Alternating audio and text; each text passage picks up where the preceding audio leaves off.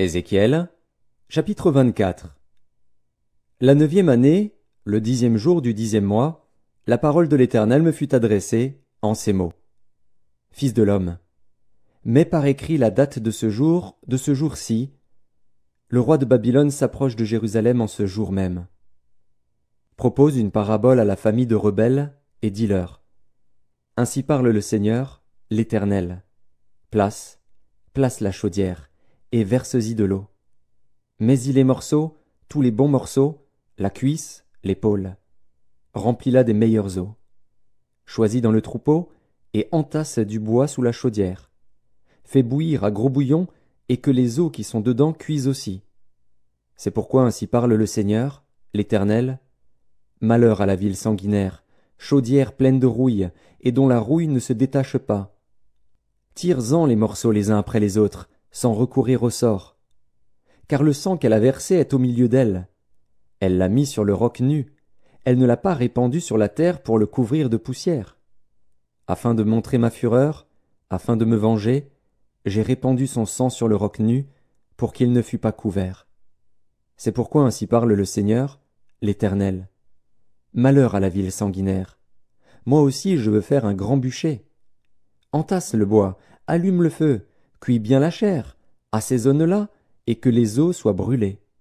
Puis mets la chaudière vide sur les charbons, afin qu'elle s'échauffe, que son airain devienne brûlant, que sa souillure se fonde au dedans, et que sa rouille se consume. Les efforts sont inutiles, la rouille dont elle est pleine ne se détache pas. La rouille ne s'en ira que par le feu.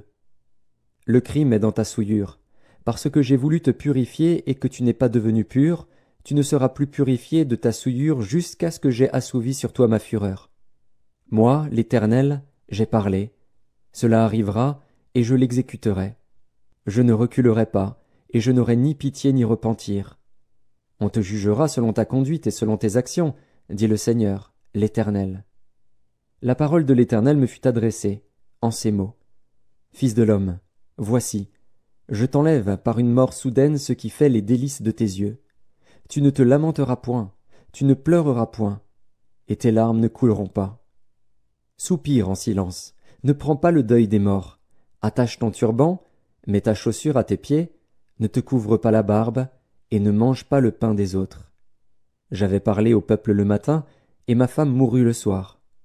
Le lendemain matin, je fis ce qui m'avait été ordonné. Le peuple me dit, « Ne nous expliqueras-tu pas ce que signifie pour nous ce que tu fais ?» Je leur répondis, « La parole de l'Éternel m'a été adressée en ces mots. Dis à la maison d'Israël, ainsi parle le Seigneur, l'Éternel. Voici, je vais profaner mon sanctuaire, l'orgueil de votre force, les délices de vos yeux, l'objet de votre amour. Et vos fils et vos filles que vous avez laissés tomberont par l'épée. Vous ferez alors comme j'ai fait. Vous ne vous couvrirez pas la barbe, vous ne mangerez pas le pain des autres. Vous aurez vos turbans sur la tête et vos chaussures aux pieds. Vous ne vous lamenterez pas et vous ne pleurerez pas.